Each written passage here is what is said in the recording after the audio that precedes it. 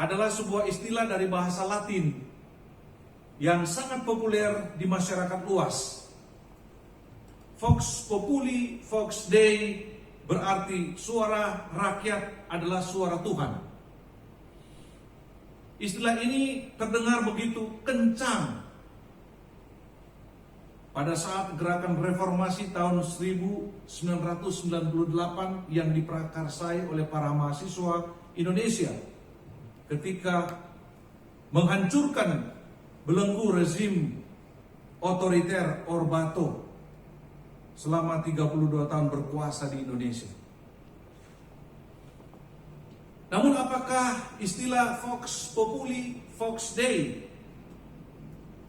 suara rakyat adalah suara Tuhan, itu berlaku secara universal dan berlaku di segala zaman dan tempat? Saya jawab tidak. Tidak selalu suara rakyat adalah suara Tuhan. Buktinya Tuhan Yesus disalib oleh suara rakyat yang berteriak-teriak, "Salibkan dia, salibkan dia." Apa salah Yesus? Justru yang dibebaskan Barabas, penjahat. Apakah itu suara Tuhan? Bukan. Seringkali istilah ini justru hanya dijadikan alat demi memenuhi kepentingan tertentu, bahkan kepentingan bejat dan biadab.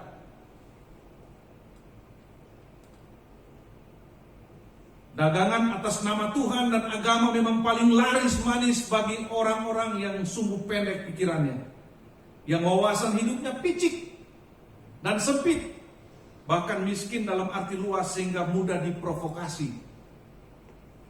Tanpa saya panjang lebar menjelaskan ini, kita mengalami ini bertahun-tahun di negeri kita. Terutama kita mulai rasakan waktu pemilihan gubernur DKI Jakarta. Itu nama Tuhan, agama itu dijual jadi komoditas. Para pemimpin yang jualannya Tuhan dan agama mendadak sontak jadi orang kaya, punya villa, punya perkebunan. Pokoknya mereka dari orang yang tidak punya apa-apa, mungkin gelandangan, tapi jadi orang kaya tiba-tiba karena laris menjual agama dan Tuhan. Sementara orang-orang yang mereka rekrut jadi pengikut mereka tetap jadi campesinos terus. Orang-orang miskin. Yang kaya pemimpin-pemimpinnya. Disuruh demo, modal nasi bungkus, turun di lapangan. Tapi pulang sakit, flu, kena COVID-19. Tapi pemimpin-pemimpinnya dapat duit banyak. Itulah fakta. Menjual agama, menjual Tuhan itu laris manis di tengah-tengah masyarakat yang pikirannya picik dan hatinya sempit. Ribuan tahun yang lampau pernah terjadi kisah soal Vox Populi, Vox Dei ini, saudara. Mari kita simak jalan ceritanya yang sangat dramatis yang dicatat dalam buku 1 Raja-Raja 22 ayat 1 sampai 38.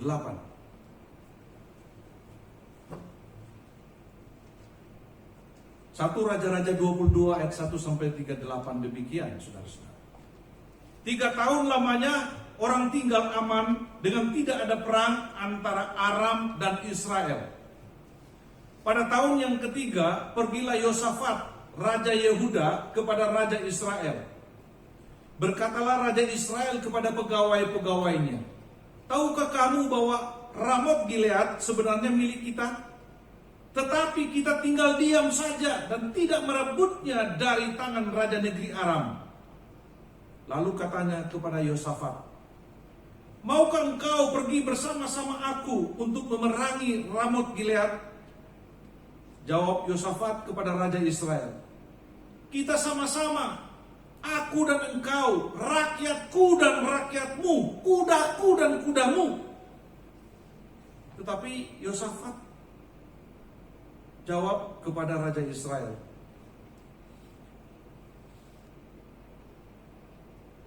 baiklah, tanyakan dahulu firman Tuhan.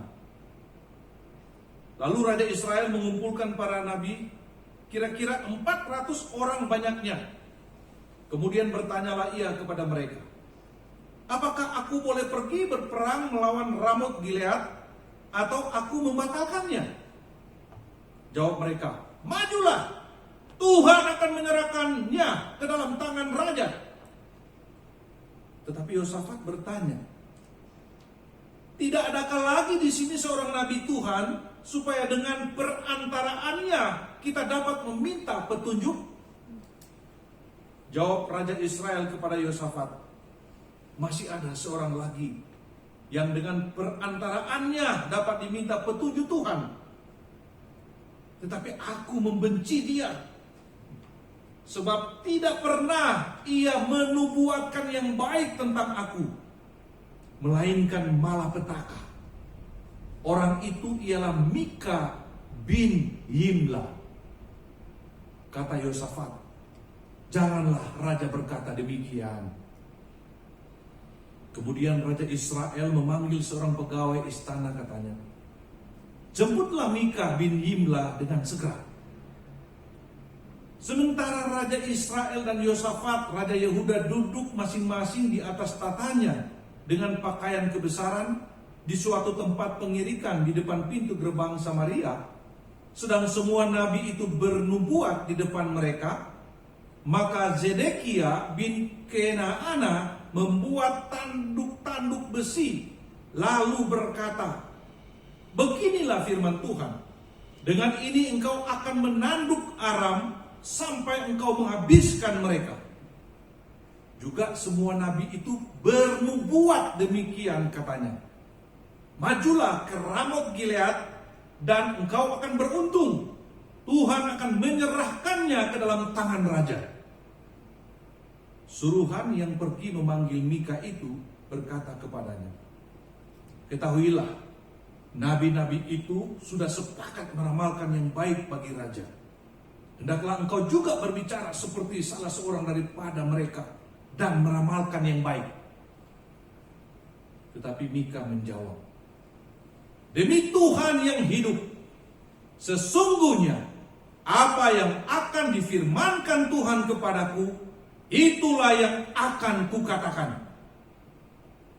Setelah ia sampai kepada raja, bertanyalah raja kepadanya, Mika, apakah kami boleh pergi berperang melawan Ramot Gilead, atau kami membatalkannya? Jawabnya kepadanya, majulah dan engkau akan beruntung, sebab Tuhan akan menyerahkannya ke dalam tangan raja. Tetapi raja berkata kepadanya, sampai berapa kali aku menyuruh engkau bersumpah, supaya engkau mengatakan kepadaku tidak lain dari kebenaran demi nama Tuhan? Lalu jawabnya, telah kulihat seluruh Israel bercerai-berai di gunung-gunung seperti domba-domba yang tidak mempunyai gembala. Sebab itu Tuhan berfirman, mereka ini tidak punya tuan, baiklah masing-masing pulang ke rumahnya dengan selamat. Kemudian Raja Israel berkata kepada Yosafat, bukankah telah kukatakan kepadamu, tidak pernah ia menubuatkan yang baik tentang aku, melainkan hanya malapetaka. Kata Mika, sebab itu dengarkanlah firman Tuhan. Aku telah melihat Tuhan sedang duduk di atas tahtanya, dan segenap tentara sorga berdiri di dekatnya, di sebelah kanannya dan di sebelah kirinya. Dan Tuhan berfirman, siapakah yang akan membujuk Ahab untuk maju berperang, supaya ia tewas di Ramot Gilead? Maka yang seorang berkata begini, yang lain berkata begitu. Kemudian tampillah suatu roh, lalu berdiri di hadapan Tuhan. Ia berkata, aku ini akan membujuknya. Tuhan bertanya kepadanya, dengan apa? Jawabnya, Aku akan keluar dan menjadi roh dusta dalam mulut semua nabinya. Ia berfirman, biarlah engkau membujuknya, dan engkau akan berhasil pula. Keluarlah dan perbuatlah demikian. Karena itu sesungguhnya Tuhan telah menaruh roh dusta ke dalam mulut semua nabimu ini. Sebab Tuhan telah menetapkan untuk menimpakan malapetaka kepadamu. Sesudah itu tampillah Zedekia bin Kenaana, ditamparnyalah pipi Mika, serta berkata, mana boleh roh Tuhan pindah daripada aku untuk berbicara kepadamu? Tetapi Mika menjawab, sesungguhnya engkau akan melihatnya pada hari engkau lari dari satu kamar ke kamar yang lain untuk menyembunyikan diri. Berkatalah Raja Israel, tangkaplah Mika, bawa dia kembali kepada Amon, penguasa kota, dan kepada Yoas, anak raja. Dan katakan, beginilah kita raja, masukkan orang ini dalam penjara, dan beri dia makan roti dan minum air serba sedikit, sampai aku pulang dengan selamat.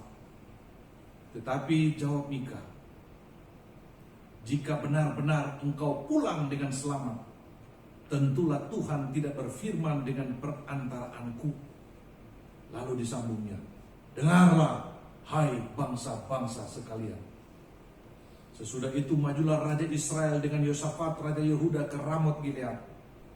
Raja Israel berkata kepada Yosafat, aku akan menyamar dan masuk pertempuran, tetapi engkau pakailah pakaian kebesaranmu. Lalu menyamarlah Raja Israel, kemudian masuk ke pertempuran. Adapun Raja negeri Aram telah memberi perintah kepada para panglima pasukan keretanya, 32 orang banyaknya. Demikian, janganlah kamu berperang melawan sembarang orang, melainkan melawan Raja Israel saja. Segera sesudah para panglima pasukan kereta itu melihat Yosafat, mereka berkata, itu pasti Raja Israel. Lalu majulah mereka untuk menyerang dia. Tetapi Yosafat berteriak. Segera sesudah para panglima pasukan kereta itu melihat bahwa dia bukanlah Raja Israel, maka undurlah mereka daripadanya. Tetapi seseorang menarik panahnya dan menembak dengan sembarangan saja, dan mengenai Raja Israel di antara sambungan baju zirahnya. Kemudian ia berkata kepada pengemudi keretanya, putar, bawa aku keluar dari pertempuran, sebab aku sudah luka. Tetapi pertempuran itu bertambah seru pada hari itu, dan raja tetap ditopang berdiri di dalam kereta berhadapan dengan orang Aram itu, sampai ia mati pada waktu petang. Darahnya mengalir dari lukanya ke dalam palung kereta. Kira-kira pada waktu matahari terbenam, terdengarlah teriakan di sepanjang barisan tentara itu, masing-masing ke kotanya, masing-masing ke negerinya, raja sudah mati. Maka pulanglah mereka ke Samaria, lalu mereka menguburkan raja di Samaria. Ketika kereta itu dicuci di tepi telaga Samaria, maka darah raja dijilat anjing, sedang perempuan-perempuan sundal mandi di tempat itu, sesuai dengan firman Tuhan yang telah diucapkannya. Seru banget saudara-saudara. Ini kalau difilmkan enak sekali saudara. Mudah-mudahan ada orang yang bisa menulis, bikin film, skenario cerita ini. Menarik sekali saudara. Saya selalu bilang, kalau ada artis yang bertobat terima Yesus, orang itu begitu cepat suruh dia jadi pendeta. Saya nggak setuju karena tidak semua orang dipanggil untuk jadi pendeta. Amin. Kalau dia jadi artis yang takut akan Tuhan, top sekali. Apalagi dia bisa bikin film ini, bikin film yang luar biasa, kolosal ini. Kalau dibuat kisah ini menarik sekali saudara ya. Ya kita doakan supaya orang-orang yang baru bertobat itu jangan cepat-cepat disuruh jadi pendeta, semua jadi pendeta, nanti nggak ada yang jadi jemaat. Biarlah mereka jadi bintang film atau penulis film yang baik dan bikin film. Kita kekurangan. Orang-orang Kristen itu kekurangan produser-produser film yang menceritakan tentang kisah-kisah heroik. Banyak sekali cerita di Alkitab ini. Kita doakan ya di Laskar Doa supaya muncul penulis-penulis film yang bagus, yang kisah-kisahnya diinspirasi dari cerita-cerita firman Tuhan. Ya. Saudara-saudara, Mika bin Yimla adalah seorang hamba Tuhan garis tegak lurus. Mika bin Yimla adalah seorang hamba Tuhan yang hidup garis tegak lurus. Tapi siapa yang suka? Dalam cerita tadi, raja nggak suka. Teman seprofesi nggak suka. Ditampar.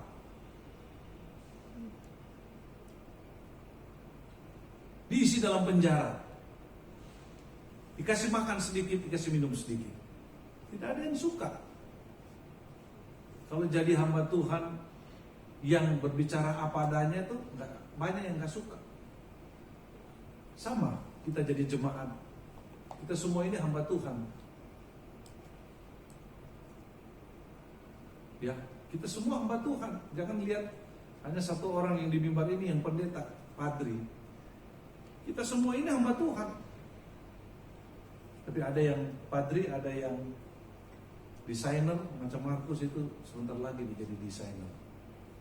Udah mau tamat ya Markus. Terus macam-macam, ada bisnismen.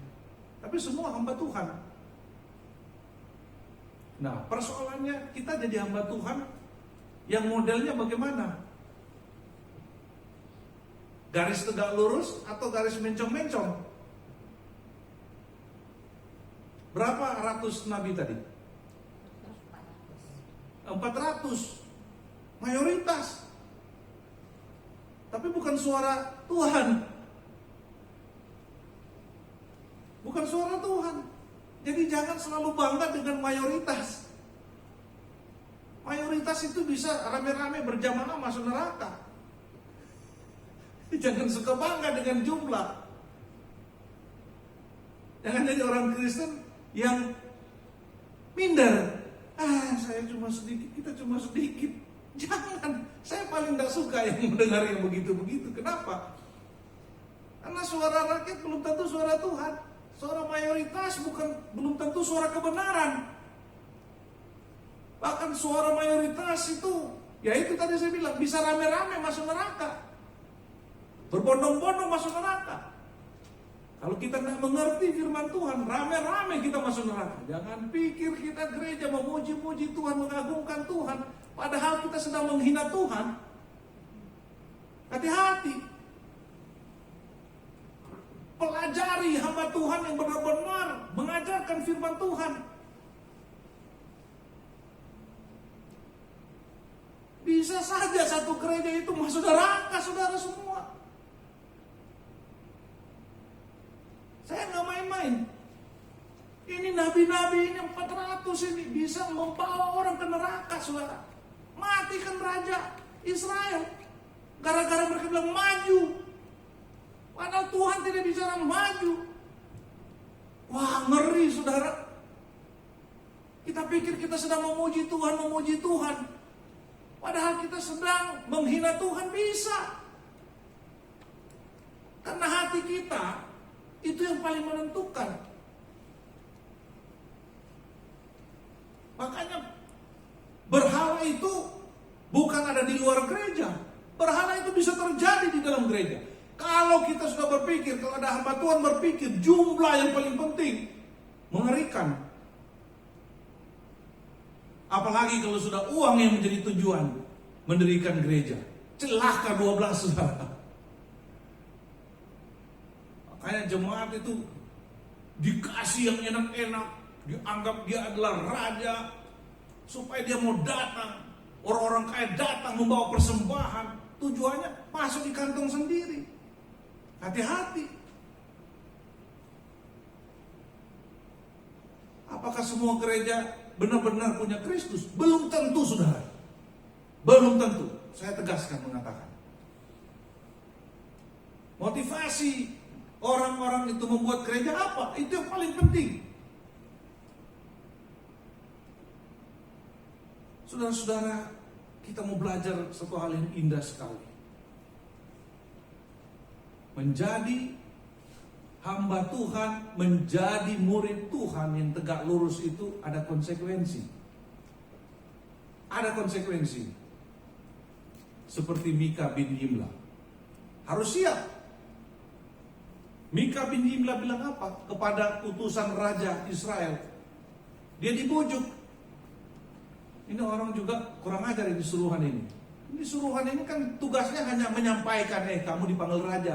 Ini dia mau atur-atur sama Mika bin Yimla ya. Itu 400 sudah menubuatkan supaya raja pergi perang. Kamu juga ngomong gitu dong.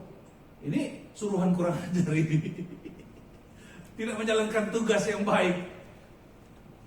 Dia mempengaruhi. Tapi Mika bin Yimla bilang apa?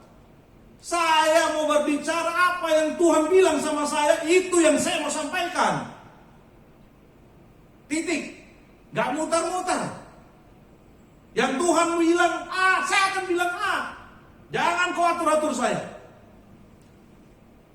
Itu hamba Tuhan yang berdiri di garis lurus. Dan Tuhan mau hambanya itu berdiri di garis tegak lurus. Amin, saudara. Bayangkan Mika bin Yimla satu-satunya nabi yang hidup dan berbicara apa adanya. Dia tidak berani menambah mengurangi firman Tuhan. Tapi dimusuhi sesama nabi yang jumlahnya mayoritas 400 orang nabi. Mika itu salahnya apa? Harus ditampar sama Zedekia bin Kenaana. Ini Zedekia ini cari muka, carmuk. Seolah-olah Tuhan berbicara kepada dia. Dikatakan tadi apa? Tanduk-tanduk, dia bilang maju, serang Aram. Aram diserahkan. Ini nabi palsu. Hati-hati, banyak orang yang berbicara begitu. Ada anggota di grup kita Kompel Kujar Tap itu kemarin di WA saya. Dia kasih video. Ada ibu-ibu berbicara, Roh Kudus berbicara kepada saya, gak boleh divaksinasi karena divaksin itu sudah masuk gen antikristus. Dia bilang, bagaimana Pak? Saya bingung. Saya bilang itu orang gila, jangan dengar. Gimana ada gen antikristus di dalam vaksinasi? Tapi berani mengatakan, saya setelah baca Alkitab, firman Tuhan berbicara kepada saya, Roh Kudus berbicara kepada saya, jangan divaksinasi. Ndasmu. Ini orang Kristen penipu. Ngeri. Semua mau berbicara atas nama Tuhan, tidak takut kepada Tuhan, menipu kepada Tuhan, tidak takut. Saya gemetar. Dibuat video, saudara. Roh Kudus berbicara kepada saya. Katanya, Pak Jokowi sudah divaksinasi, tapi Roh Kudus berbicara kepada saya, jangan terima vaksinasi orang Kristen karena ada sudah dimasukin apa? Gen antikristus. Jadi kalau divaksinasi kita langsung jadi orang antikristus, mata melotot langsung mengerang-erang. Wow. Ini ajaran dari mana ini? Ngeri, saudara. Orang yang tidak belajar firman Tuhan itu sembarangan berbicara. Cari sensasi. Dan banyak hamba Tuhan yang tidak tahu mau bicara apa, akhirnya cari jalan bagaimana supaya dia terkenal. Nah, ini bahaya sekali ini. Supaya orang ikut, wah ini benar-benar luar biasa, ini dari surga ini berbicara. Jadi orang jadi takut. Bayangkan orang yang belajar firman Tuhan, yang saya didik firman Tuhan, jadi dibilang saya bingung sekali Pak, yang mana yang benar? Yang benar itu yang sesuai Alkitab. Cari, ada nggak gen antikris yang ditulis di Alkitab? Ngeri, saudara-saudara. Saudara-saudara, jadi hamba Tuhan, murid Tuhan yang hidup garis lurus itu tidak mudah. sering disalah mengerti, dianggap nyeleneh, dianggap sombong, dianggap apa segala macam. Ini yang membuat banyak orang tidak mau menjadi hamba Tuhan yang sejati. Kalau menjadi hamba Tuhan pura-pura, abal-abal, cari muka, itu banyak. Banyak hamba Tuhan yang seperti Zedekia bin Kenaana dan teman-temannya yang 400 orang itu. Cari muka sama raja. Maju, raja maju, serang Aram. Aram akan dilipat habis, menang. Tapi Mika bin Imla bilang, tercerai berai. Akan pulang ke kota masing-masing, ke rumah masing-masing. Tidak ada Tuhan di sana. Sudah punya prasangka negatif Raja Israel kepada Nabi yang benar. Ini bahayanya raja, bahayanya orang yang hebat. Selalu mau mengatur hamba Tuhan, Nabi dan sebagainya. Dia pikir dia raja, keinginannya untuk berperang, maunya itu juga disetujui oleh Tuhan. Dia senang sekali mungkin berperang, jadi pinginnya dia hanya bertanya apa bisa berperang atau menggagalkan. Padahal sebenarnya hatinya mau berperang. Jadi maunya itu Mika jawab, ya maju. Makanya Mika jawab, maju. Kau akan beruntung. Tujuannya pertama, Mika tahu. Saya ikutin dulu maunya. Tapi dia sendiri yang protes, saya berapa kali kau harus berbicara yang tidak benar kepada saya. Langsung Mika masuk, dia bicara yang benar. Apa yang Tuhan sampaikan kepada dia. Diceritakan tadi yang sebenarnya. Bahkan kronologis, mati. Sampai mati. Dan itu terjadi. Sampai anjing menjilat itu sudah tertulis dengan jelas sekali. Menjadi hidup benar itu tidak mudah, saudara. Baik menjadi padri, mau jadi majelis, mau jadi apa, kalau hidup yang lurus, itu banyak musuhnya. Banyak musuhnya, saudara. Karena kebanyakan orang di dunia ini suka yang enak. Tapi ketika disampaikan yang tidak enak, itu gak bisa diterima. Ngeri sekali, saudara. Kita harus belajar untuk menerima kebenaran dari firman Tuhan, bukan dari manusia. Setiap kali kita melihat orang, pengajaran orang, nasihat orang, atau apapun yang dilakukan oleh orang, kita ingat baik-baik, yang dia sampaikan itu berdasarkan pikiran dia atau firman Tuhan. Kalau pikiran dia, saudara bisa tolak. Tapi kalau saudara tahu bahwa dia sampaikan itu benar adalah firman Tuhan, jangan sekali-kali melawan. Karena akan senasib dengan Raja Israel. Mika sudah bilang cerita ini bahwa akan tercerai berai. Orang akan pulang ke rumah masing-masing. Karena tidak ada Tuhan di sana yang menyertai. Tuhan tidak setuju peperangan itu. Saudara-saudara yang dikasih Tuhan. Dan kalau kita mau jadi hamba Tuhan yang benar, menjadi murid Tuhan yang benar, harus siap-siap kesepian.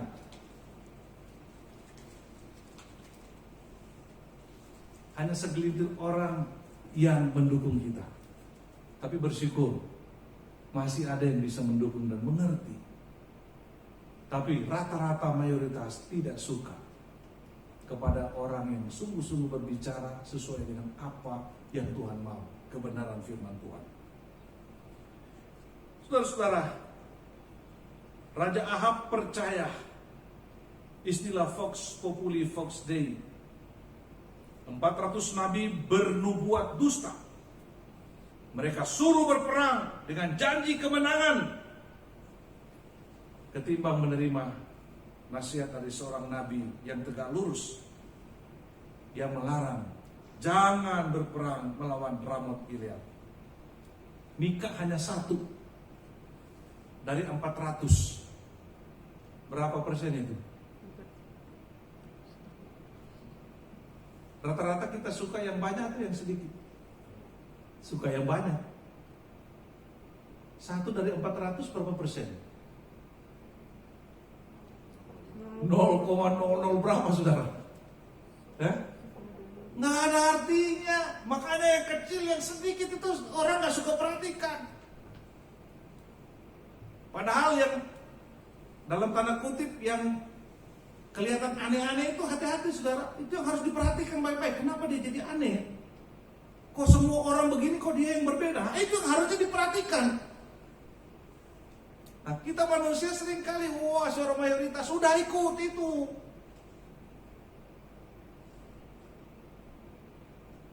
Tapi kalau 400 itu tidak kenal Tuhan, melawan satu yang benar-benar takut kepada Tuhan, di situ persoalannya jadi berbeda. Jadi jangan selalu mengutamakan jumlah yang banyak sama diidentikan dengan kebenaran. Tapi kita melihat apakah yang sedikit itu ikut Tuhan yang benar atau tidak. Kalau dia ikut Tuhan, ikutlah dia. Terimalah semua pengajaran-pengajarannya. Pasti engkau berjalan di jalan yang lurus. Seharusnya itu Raja Ahab belajar untuk menerima Mika bin Yimla. Karena dia tahu apa yang dia nasihati itu selalu tidak sama dengan keinginannya dan selalu terjadi yang baik, yang benar. Tapi ini nafsunya yang dia ikuti, keinginannya yang dia ikuti. Mika bin Yimla adalah seorang nabi yang tegak lurus karena dia taat pada perintah Tuhan. Mika mau berbicara apa yang Tuhan sampaikan kepadanya. Demi Tuhan yang hidup, sesungguhnya apa yang akan difirmankan Tuhan kepadaku, itulah yang akan kukatakan. Jadi jemaat juga harus jadi kritis, orang kritis. Jangan ikut-ikut. Saya selalu bilang, termasuk saya kalau berbicara jangan iya-iya saudara. Selalu harus fokus lihat apa yang dia sampaikan. Benar nggak sesuai dengan firman Tuhan? Kalau tidak, jangan terima. Kalau perlu sampaikan, salah Padri. Itu tidak begitu firman Tuhan. Saya belajar saudara untuk menerima yang tidak benar kalau dikasih tahu. Jangan bilang bagus sekali banyak, padahal udah salah ngomong, sudah salah ajarannya dibilang bagus. Saudara mendorong saya masuk neraka sudah. Saya juga kalau sama jemaat saya nggak akan puji-puji saudara. Saudara salah, saya paling bilang salah. Nggak akan saya bilang mantap saudara. Salah. Itu Ibu Rina yang paling tahu itu. Bertahun-tahun kita berteman nih. Tidak boleh. Salah. Kalau melawan hancur. Sudah terbukti. Banyak hal. Kalau saya bilang tidak, jangan. Sebab saya selalu berpikir berdasarkan apa yang Tuhan sampaikan. Selalu cara berpikir saya landasi dengan kebenaran firman Tuhan. Logika itu harus didasarkan pada kebenaran Tuhan. Kalau cuma logika murni manusia bisa tersesat. Amin. Tapi kalau logika kita tunduk kepada kebenaran firman Tuhan, maka jalan yang kita tempuh ini lurus dan mantap. Banyak anak-anak rohani saya, saudara-saudara. Ada yang sukses sekali, yang berhasil, ada yang juga yang jatuh. Kenapa? Tidak mau dengar nasihat. Saya udah bisa lihat ini bahaya ada di depan. Karena apa ada bahaya di depan? Karena ini melenceng daripada firman Tuhan. Tidak mungkin sesuatu yang melenceng dari firman Tuhan akan bisa mencapai tujuan. Tidak mungkin. Tidak mungkin. Tapi kalau jalan di atas rel kebenaran firman Tuhan, walaupun dihantam kiri kanan, kita semua pasti tembus ke jalan itu saudara. Itu pasti. Itu pengalaman hidup saya. Kita bisa dihajar kiri dan kanan, tapi kalau kita berjalan terus, maka kita akan sampai pada tujuan. Mika bin Yimla itu memegang prinsip yang Yesus katakan. Jika ya, hendaklah kamu katakan ya. Jika tidak, hendaklah kamu katakan tidak. apa yang lebih daripada itu berasal dari si jahat? Ya, ya. Tidak, tidak. Ada budaya tertentu yang tidak bisa bilang tidak. Kalau bilang tidak dia rasa nggak enak, menyakiti orang. Padahal lebih menyakiti lagi orang lain kalau ya dibilang tidak, tidak dibilang ya. Ini bahaya sekali. Ada orang demi menghormati orang, saya ajak, ayo kita ke rumah makan-makan misalnya. Iya, bisa datang? Bisa. Mohon. Ditunggu-tunggu gak datang-datang. Makanan sudah masak banyak, gak bilang-bilang. Mana? Lebih mana? Lebih bagus mana? Waktu jawab, enak ya. Tapi tidak datang. Sakit, saudara-saudara. Kenapa? Karena dibohongin. Padahal kalau bilang, gak bisa, besok saya ada kegiatan. Gak bisa. Gak sakit, gak apa-apa. Belajar bilang tidak, belajar bisa bilang tidak. Amin, saudara? Jangan. Besok boleh datang ke rumah saya ada siapin babi panggang. Kita makan sama-sama ya. Bisa, tenang aja. Berapa porsi habis saya habisin. Udah dibeli 10 porsi, gak datang-datang. Sakit, saudara. Jadi kalau kita bilang ya, tidak. Maka Yesus bilang, apa yang lebih daripada itu dari si jahat. Hari kita jemaat Elgiboria kita belajar untuk ya kalau ya, tidak kalau tidak. Yakobus 5:12 berkata, tetapi yang terutama saudara-saudara, janganlah kamu bersumpah demi sorga maupun demi bumi atau demi sesuatu yang lain. Jika ya, hendaklah kamu katakan ya. Jika tidak, hendaklah kamu katakan tidak, supaya kamu jangan kena hukuman. Ngeri. Mika bin Yimla, seorang nabi yang berada di garis tegak lurus. Seorang hamba Tuhan garis tegak lurus, tidak pernah silau dan terpukau dengan bujukan harta, kekayaan, jabatan, ataupun popularitas. Gak ada itu bagi dia. Hamba Tuhan garis tegak lurus hanya berfokus pada apa yang difirmankan Tuhan kepadanya. Itu yang dilakukan dan diajarkannya kepada lingkungan pengaruhnya, saudara. Umat yang mau menerima sepenuh hati apa yang disampaikan hamba Tuhan garis tegak lurus, sama dengan menerima perintah Tuhan secara langsung. Hidupnya pasti selamat, pasti sukses, pasti sentosa, saudara. Berita yang disampaikan hamba Tuhan garis tegak lurus itu memang kadang pahit dan perih. Tetapi ya seperti obat yang memulihkan dan menyembuhkan penyakit.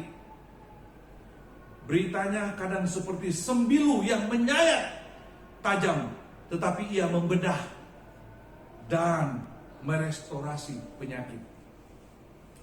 Kebenaran memang menyakitkan, tapi memulihkan. Dusta selalu terasa manis, terdengar, tapi membunuh. Itu mengerikan. Kebenaran memang menyakitkan, tapi menyembuhkan dan membahagiakan. Nabi Yesaya dalam Yesaya 48 ayat 18 sampai 19 berkata begini. Sekiranya engkau memperhatikan perintah-perintahku, maka damai sejahteramu akan seperti sungai yang tidak pernah kering, dan kebahagiaanmu akan terus berlimpah seperti gelombang-gelombang laut yang tidak pernah berhenti. Maka keturunanmu akan seperti pasir, dan anak cucumu seperti kersik banyaknya. Nama mereka tidak akan dilenyapkan atau ditiadakan dari hadapanku. Hati-hati dan waspada dengan berita-berita hamba Tuhan garis bengkok, saudara-saudara. Mereka hanya menyenangkan telinga, membawa surga di telinga. Karena ada maksud-maksud terselubung. Dia bisa seperti permen manis, saudara-saudara, yang mendatangkan penyakit diabetes. Perlahan tapi pasti akan mematikan saudara dan saya. Yang enak-enak terdengar, tapi kalau palsu, itu seperti permen yang kita kunyah terus-menerus, enak, sedap, nikmat. Tapi pada waktu yang tertentu, kita kena penyakit diabetes. Ngeri, saudara-saudara. Jadi kita perlu, saudara-saudara, firman Tuhan yang benar, yang tajam, yang tegak lurus, bahkan yang mungkin menyayat hati kita. Kita perlu dikorek untuk disembuhkan. Nabi Yeremia mengingatkan para nabi dan imam yang suka berbicara bengkok dalam Yeremia 8 ayat 10 sampai 12. Sebab itu aku akan memberikan istri-istri mereka kepada orang lain, ladang-ladang mereka kepada penjajah. Sesungguhnya dari yang kecil sampai yang besar, semuanya mengejar untung. Baik nabi maupun imam, semuanya melakukan tipu. Mereka mengobati luka putri umatku dengan memandangnya ringan, katanya damai sejahtera, damai sejahtera. Tetapi tidak ada damai sejahtera. Seharusnya mereka merasa malu, sebab mereka melakukan kejijikan. Tetapi mereka sama sekali tidak merasa malu dan tidak kenal noda mereka. Sebab itu mereka akan rebah di antara orang-orang yang rebah. Mereka akan tersandung jatuh pada waktu mereka dihukum, firman Tuhan. Saat itu saudara, Tuhan tidak beri damai sejahtera kepada umat Israel. Tapi para nabi dan imam berbohong kepada umat Tuhan dengan berkata, damai sejahtera, tenang, damai sejahtera. Padahal tidak ada damai sejahtera pada waktu itu. Justru Tuhan sedang mau menghukum umat Israel yang berdosa pada waktu itu. Tapi hamba-hamba Tuhan, nabi-nabi berdusta. Tenang, damai sejahtera, Tuhan memberkatimu. Padahal Tuhan sedang mau menghukum. Mereka putar balik firman Tuhan itu. Akhirnya mereka kena hukuman Tuhan. Saudara-saudara, inilah yang acap kali disampaikan oleh orang-orang yang tidak bertanggung jawab. Banyak pengkhotbah-pengkhotbah yang bicara manis terus-menerus, tidak berani menegur dosa, membiarkan umat itu berbuat dosa.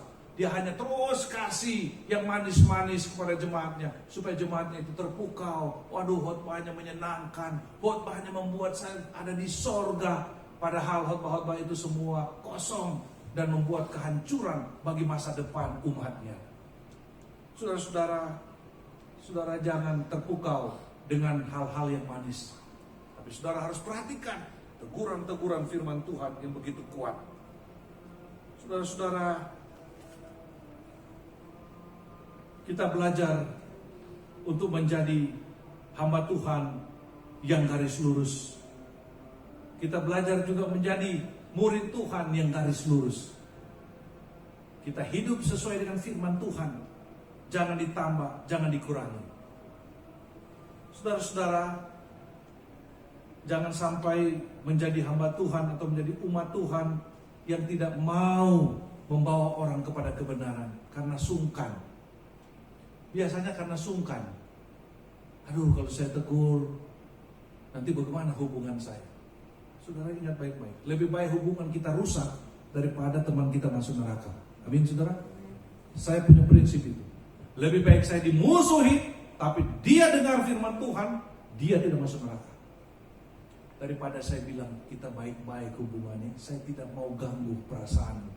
Tapi kita biarkan dia berbuat dosa. Itu sama saja dengan kita menyuruh cepat dia meluncur masuk ke dalam neraka. Saudara mau jadi sahabat yang macam apa? Jangan karena kedekatan kita sudah tidak mampu lagi objektif. Saya di rumah kepada istri, kepada anak, cara apa adanya sudah. Bahkan di sekolah dulu masih SD itu, Joel, saya bilang sama gurunya, kalau dia salah, ajar dia. Kalau dijewer-jewer, saya tidak akan marah. Saya tidak akan bela kalau anak saya salah. Tidak akan bela. Saya bela biar orang luar sana, kalau dia benar, itu yang saya bela. Itu prinsip saya. Jangan karena kita punya anak dekat, mati-matian kita proteksi dia. Dia udah salah, kamu yang salah, kamu yang salah. Padahal ini kan saya sayang anak saya. Sayang yang palsu, saudara. Berarti saudara itu sedang mendidik dia, merusak jiwanya, merusak dia tidak mampu melihat tangan kiri mana tangan kanan. Ini bahaya sekali. Harus kita betul-betul didik dalam kebenaran, baru anak bisa sukses. Jadi saya bilang sama anak saya, jangan pernah berharap saya membela kamu. Makanya hidup yang benar. Kalau hidup benar, Papa bela, mati pun sekalipun saya bela. Tuhan membela yang benar, bukan membela yang salah. Amin. Kita belajar ini sungguh-sungguh. Kita harus berada di rel yang garis lurus, saudara. Jangan kita berkhotbah sebagai pendeta, padri, wah supaya saya dipuja-puja, saya kasih senang-senang pikiran, hati dan saudara pulang sukacita sekali, lega. Padahal saudara sedang berbuat dosa, saudara tidak dikoreksi oleh saya. Betapa malang hidup saudara dan malang hidup saya. Tuhan akan minta pertanggungjawaban kepada saya. Berani enggak gereja-gereja gede yang ada konglomeratnya di sana, kalau dia hidup dalam dosa, terus pendetanya bilang, Bapak berdosa, tinggalkan dosa. Berani? Begitu dibilang begitu, tidak ada persepuluhan. Makan nasi dan terasi. Hamba Tuhan yang benar harus mengatakan ya kalau ya, tidak kalau tidak. Amin. Supaya menyelamatkan dia. Dan orang yang ditegur itu harusnya tidak perlu marah. Kenapa? Karena kalau dia marah berarti dia sengaja membawa dirinya masuk ke dalam neraka. Bukankah disayangi, dikasihi? Harusnya bilang terima kasih. Terima kasih. Ada fakta, ada kenyataan, ada cerita. Ada hamba Tuhan dikasih rumah mewah, rumah yang bagus kepada pendeta. Dan pendeta itu tahu orang itu berbuat dosa. Ditanya, kenapa Bapak yang paling dekat, kenapa Bapak tidak beritahu? Saya nggak enak, saya sudah diberi rumah sama dia. Coba saudara. Kalau saudara baik sekali sama saya lebih kuat lagi berani untuk menegur saudara. Kenapa? Berarti saudara baik sama saya, sudah anggap saya saudara. Maka kalau saudara salah, pasti saya cepat-cepat beritahu kepada saudara supaya jangan saudara salah jalan. Itu prinsip saya. Jadi kalau Pak Yoyo baik sama saya, jangan berharap saya tidak tegur. Saya makin kuat menegur. Karena saya makin sayang. Karena saya dianggap saudara, keluarga, sudah dekat. Jangan terbalik. Ada banyak orang kalau sudah berbuat baik, dia sudah sungkan memberitahu. Nanti nggak enak. Gak bisa begitu. Kalau kita sudah dekat, maka kita harus lebih sayang lagi, memberitahu yang benar supaya jangan terjadi masalah dalam hidupnya. Amin saudara. Jangan berpikir begini, aduh kalau saya tegur dia saya nggak dapat rumah lagi. Itu namanya manusia materialistis. Saudara, ada kisah menarik saudara-saudara. Seorang presiden Amerika Serikat pada waktu itu, beberapa puluh tahun yang lampau, yaitu Lyndon Johnson. Dia pernah dibuat keki oleh kolumnis wartawan Walter Lippmann yang sering diundang oleh Johnson makan pagi, siang, dan malam, bahkan bertemu 4 mata di Gedung Putih, saudara. Bayangkan saudara, kalau saya selalu makan siang, makan pagi, makan malam dengan Pak Jokowi, saudara, di Istana Bogor. Itu sudah dekat sekali kan, saudara. Tapi sayang, itu hanya mimpi. Tapi Lippmann dengan Johnson itu dekat sekali hubungan mereka. Satu kali Johnson berkata kepada Walter Lippmann, karena saking dekatnya, dia bilang begini, kenapa Anda harus menulis di koran bahwa Anda tidak setuju perang Vietnam secara tajam? Kan kamu bisa ngobrol sama saya dan mengemukakan langsung pada saya. Itu Presiden Johnson bilang sama Walter Lippmann. Apa dijawab sama Walter Lippmann? Dijawab begini, saudara. Saya berteman pribadi dengan Anda. Tetapi dalam profesi saya harus tetap berpegang pada panggilan profesi, yaitu memberitakan kebenaran dan menyampaikan pesan hati nurani bila menghadapi tantangan situasi untuk menentukan pilihan sesuai hati nurani masyarakat banyak. Dan sejak saat itu Walter Lippmann dicoret dari daftar alamat Gedung Putih. Ia dipersona non gratakan oleh Johnson. Dibuang. Tidak dianggap lagi sebagai sahabat. Saudara, maukah kita jadi orang-orang yang tegak lurus meskipun harus berkorban? banyak orang tidak mungkin mau mengoreksi seperti Walter Lippmann karena sudah terlalu dekat. Makan pagi, makan siang, makan malam, suka diskusi empat mata. Lebih baik hubungan kita tetap langgeng.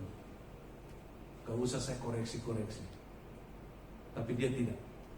Karena perang merugikan dan membahayakan.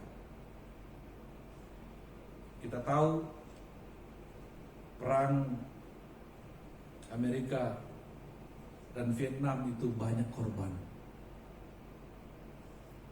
Kalau dia mau dengar saudara-saudara, nasihat Walter Lippmann tidak terjadi seperti itu. Mati sia-sia. Mari kita belajar jadi hamba Tuhan, jadi murid Tuhan yang seperti Mika bin Yimla. Bukan berarti kalau berkata, ya kalau ya dengan ganas, bukan begitu. Kita berbicara kontennya, isinya. Kalau itu dosa, kita harus bilang dosa. Kalau itu salah, kita bilang itu salah. Supaya apa? Supaya orang yang kita nasihati itu selamat, menikmati sukacita dan damai sejahtera. Raja Israel tidak mendengar Nabi Mika bin Yimla. Akhirnya dia mati mengenaskan. Sampai darahnya tertumpah, dijilat oleh anjing. Itu artinya mati terkutuk. Kalau dia mendengar nasihat Mika bin Yimla, maka dia akan selamat. Tapi sebaliknya, justru dia membenci Mika bin Yimla. Dan nasibnya tragis. Mati dan kehilangan segala-galanya. Maukah kita di tahun yang baru ini kita berakar, bertumbuh dan berbuah sebagai tema kita tahun ini. Berbuah, lebat dan ranum, masak bagi kemuliaan Tuhan.